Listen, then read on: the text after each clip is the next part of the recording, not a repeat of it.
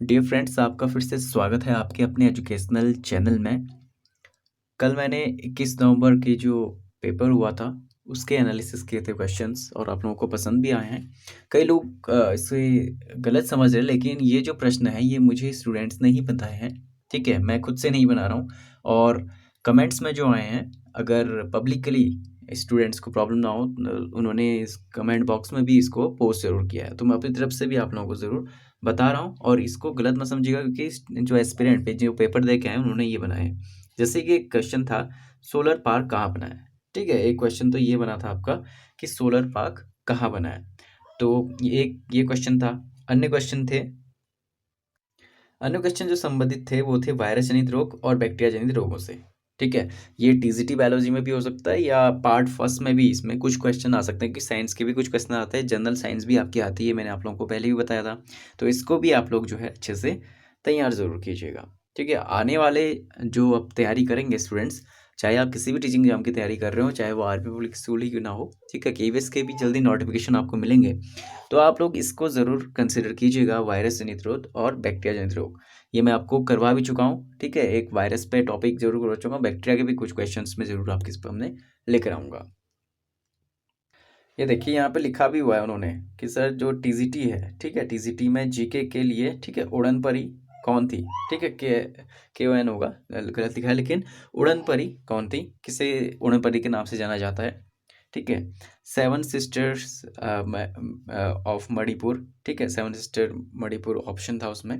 ठीक है, और सीआरपीएफ के हेड। ठीक है, और 134 बुक किस क्रिकेटर ने लिखी। जी हाँ, ये भी क्वेश्चन बना था कि 134 बुक किस क्रिकेटर ने लिखी है।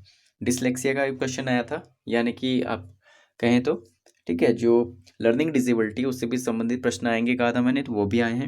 लगभग लगभग पार्ट ए का जो आपकी तैयारी हुई थी ना, आपके रिस्पॉन्स से भी पता चल रहा है काफ़ी अच्छे रिस्पॉन्स आ रहे हैं। तो पार्ट ए की तैयारी तो आपकी बहुत अच्छी हुई है। सब्जेक्ट मैंने आप लोगों के ऊपर छोड़ा था, क्योंकि सब्जेक्ट स्पेसिफिक तैयारी करवाना अभी पॉसिबल नहीं था, लेकिन अब धीरे धीरे जैसे जैसे सेटअप बढ़ेगा तो ज़रूर आएगा।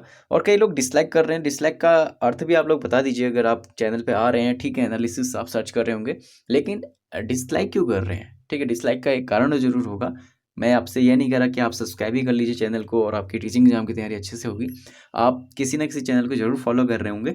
अगर मेरे चैनल को फॉलो नहीं करना है, लेकिन कोई बात नहीं, लेकिन अगर आप यहाँ पे आ रहे हैं और आपको कोई प्रॉब्लम लग रही है, क्योंकि जो मैं लिखा रहता हूँ ना टॉपिक, उसी पे मेरा वीडियो बनता है। ऐसा तो है नहीं कि मैं बहुत ज़्यादा आपको घुमा फिरा के, और जहाँ से जहाँ कितना कम से कम शॉर्ट से शॉर्ट वीडियो आपको मेरे उसमें मिलेगा, और उसमें जो बातें हैं बहुत कम मिलेंगी। ठीक है, तो ज़रूर बताइएगा जब भी आप लोग डिसलाइक करें, या क्यों आप डिसलाइक कर रहे हैं, क्या कारण है। और क्वेश्चंस आपको बिल्कुल ओरिजिनल मिल रहे हैं। जैसे ग्रीन जो ये रिवॉल्यूशन होगा, आर होगा, ग्रीन रिवॉल्यूशन नहीं होगा, रिवॉल्यूशन होगा।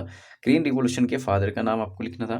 ठीक है, और कहीं पे वाइट रिवॉल्यूशन बोला है कुछ बच्चों ने, शायद एक ग्रीन ही होगा, क्योंकि इसका क्वेश्चन ज़्यादा आता है और इन पे ज़्यादा मैं ट्रस्ट कर सकता हूँ। ये स्टूडेंट्स मेरे रेगुलर स्टूडेंट्स में से हैं। पंचायती राज कब लागू हुआ। ठीक है, पंचायती राज कब लागू हुआ, ये क्वेश्चन भी बना था। तो मतलब कुल मिला के मिला जुला के प्रश्न बने हुए हैं। अगला है, अगला जो क्वेश्चन था आपका रेड डेटा बुक से था। ठीक है, रेड डेटा बुक आप लोगों को पता ही है। ठीक है, जिसमें जो एंडेजर्ड स्पीसीज हैं उनको लिखा जाता है। ठीक है, जितने भी एंडेजर्ड स्पीसीज बची हुई हैं हमारे, कहें कि पूरी बायोडाइवर्सिटी में, तो उनके बारे में जो है एक बुक बनाई गई है। उनको लिस्टिंग किया जाता है कि ये एंडेजर्ड हैं, मतलब नियर टू एक्सटिंक्ट हैं। ठीक है, अगर ध्यान नहीं दिया गया तो काफ़ी वल्नरेबल स्पीसीज होती हैं और उनको एक्सटिंक्ट के करीब होती हैं। तो साइंस का ये क्वेश्चन था। अगला था आपका कंप्यूटर में। जी हाँ, कंप्यूटर में जो प्रश्न आए थे वो की के लिए शॉर्टकट की। ठीक है, के वाई शॉर्ट लिखा उन्होंने, शॉर्टकट की जो है के 3-4 क्वेश्चन थे। अब देखिए, शॉर्टकट की के संबंधित 3-4 प्रश्न थे। ये मैंने आपको बोला हुआ था कंप्यूटर में कि शॉर्टकट की से बहुत सारे प्रश्न बनते हैं।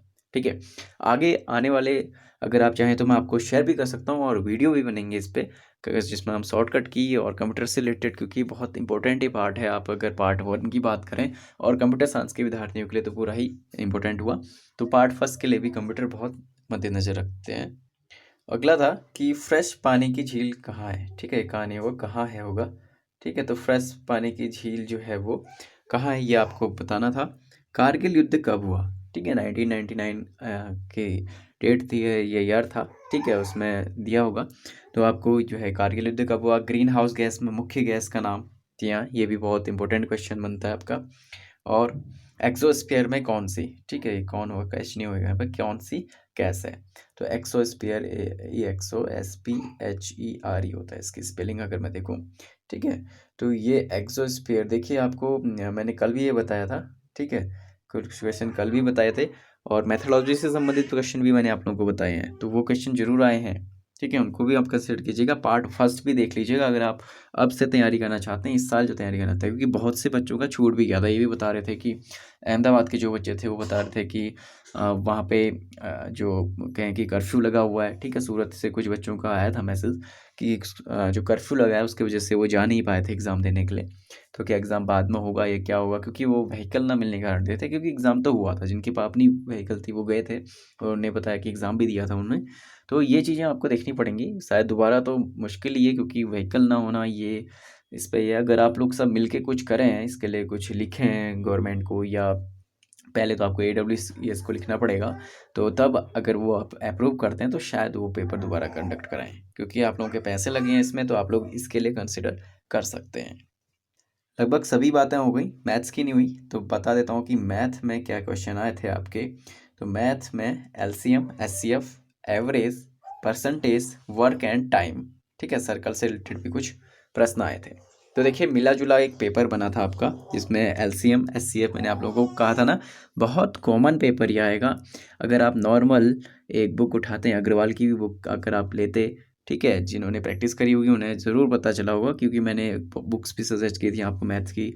कोई भी आप रेफरेंस बुक ले लीजिए, ठीक है, जिसमें नॉर्मल या 10th तक की मैथ भी अगर आप कर रहे होंगे प्रैक्टिस, तो ईजी वे में आपको LCM, SCF, average, percentage, work and time, ठीक है, और सर्कल से रिलेटेड प्रश्न जो है आपको ईजिली मिल गए होंगे, ठीक है। तो कितने पार्ट आपने करने थे, केवल 1, 2, 3, 4, 5, 6, 7, केवल 7 पार्ट आपने जो है याद करने थे, ठीक है, या याद क्या करने थे, इनकी प्रैक्टिस करनी थी क्वेश्चंस की, मैथ्स की मैं अगर बात करूं। और मैथोलॉजी की बात ना करें तो अच्छा नहीं होगा, क्योंकि मैथोलॉजी या पैडागोजी की अगर मैं बात करूं, ठीक है, पैडागोजी में मैंने आप लोगों को कल भी बताया था, लेकिन अगर आप लोग आज वीडियो देख रहे हैं तो पैडागोजी की अगर मैं बात करूँ, तो पैडागोजी में जो है आपके एक तो इंक्लूसिव एजुकेशन आई थी, ठीक है, इंक्लूसिव एजुकेशन, समावेशी शिक्षा से संबंधित प्रश्न आते हैं, बहुत ज़्यादा आते हैं, मैंने आप लोगों को जोर देकर कहा था। मेरे CTET की लिस्ट में आप देख सकते हैं, अगर अभी से जो तैयारी कर रहे हैं उसमें बहुत से वीडियोस आपको मिलेंगे। APS की प्ले लिस्ट में देखिए वीडियोस, APS के तो मिलेंगे ही। लर्निंग डिसेबिलिटीज़ बोला था, तो उसमें से क्या आया था आपका जो डिसलेक्सिया है, ठीक है, डिसलेक्सिया अक्सर पूछा जाता है, जिसमें बच्चे को पढ़ने में दिक्कत होती है। वाइगोत्स्की की थ्योरी, ठीक है, वाइगोत्स्की जिन्होंने समाज में बच्चा सीखता है, सामाजिक तरह का प्रश्न जो था ये जरूर आपका आया था। पियाजे की 4 अवस्थाएं जो बताई हैं, अगर आपने अभी तक नहीं देखी हो, क्योंकि इट वाज हेल्पफुल करके भी कमेंट में आया था कि 4 अवस्थाएं जो मैंने आप लोगों को लास्ट दिन भी कराया था, वो पियाजे से संबंधित, और उसमें अन्य भी थ्योरीज इंक्लूड थी, कोलर वगैरह की भी।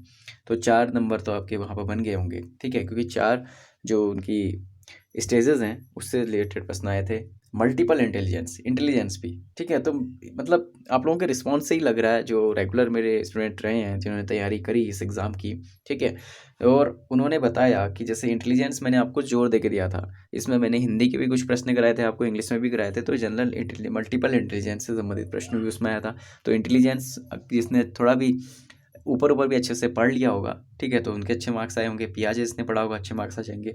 वाइगोत्स्की थोड़ा बहुत, ठीक है।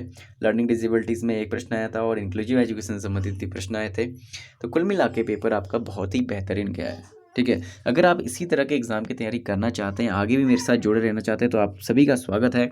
और कोई भी बुरा कमेंट ना कीजिए, आप लोग की ही मैं वो करना चाहता हूँ, यहाँ पे तैयारी अच्छे से करवाना चाहता हूँ, और मेरा इसमें कोई स्वार्थ नहीं है, अपना सब सही चल रहा है। बस ये है कि आप लोगों के लिए अच्छा हो जाए, हम उसकी बेसिस पे आप लोगों को तैयारी करा रहे हैं। इसमें ऐसा नहीं है कि मेरा कोई फ़ायदा है, क्योंकि आप लोगों को पता है कि सब्सक्राइबर होने या ना होने से यूट्यूब में कोई फ़र्क नहीं पड़ता, लाइक डिसलाइक से कोई फ़र्क नहीं पड़ता। बस ये है कि अपना खुद का मोटिवेशन होता है। जब आप लोगों का अच्छा मोटिवेशन मिलता है, आप लोगों के अच्छे नंबर आते हैं, तो मुझे भी खुशी होती है। अभी लास्ट ईयर एक बच्चे का मैसेज आया था कि मेरा सिलेक्शन हुआ आपके वीडियोज़ देख के, तो ये खुशी होती है अंदर से, टीचर को एक यही चाहिए होता है, ठीक है। और आप लोग भी मोटिवेट रहिए, कल के दिन आपको भी अगर, क्योंकि इन वीडियोस को जो देखने आ रहा है वो ज़रूर टीचर भी बनना चाहता है फ्यूचर में, तो उनके लिए भी एक अच्छी मोटिवेशन है कि वो किस तरह से अपने को ढाल सकते हैं इन चीज़ों में, ठीक है, किस तरह का पेपर आता है, कैसे आता है, और आप लोग भी तैयारी कर सकते हैं इसकी। ठीक है, और आप लोग जितना चाहें और उतना मुझसे जुड़ सकते हैं। और आप लोगों की कोई भी क्वेरी हो किसी भी एग्ज़ाम से संबंधित, अभी उत्तराखंड के जो भी स्टूडेंट्स हैं उनके लिए भी एक अच्छी न्यूज़ लेकर मैं आ रहा हूँ, अभी आप अगले वीडियो में इसको देख पाएंगे।